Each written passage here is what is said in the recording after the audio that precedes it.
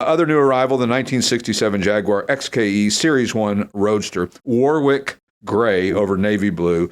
Very nicely restored car. I mean, these are just beautiful cars. Yeah. They're just so elegant.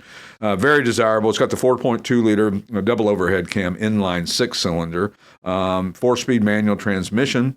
It's got that unmistakable Jaguar styling. You just you see it and you know exactly what it is the minute you see it.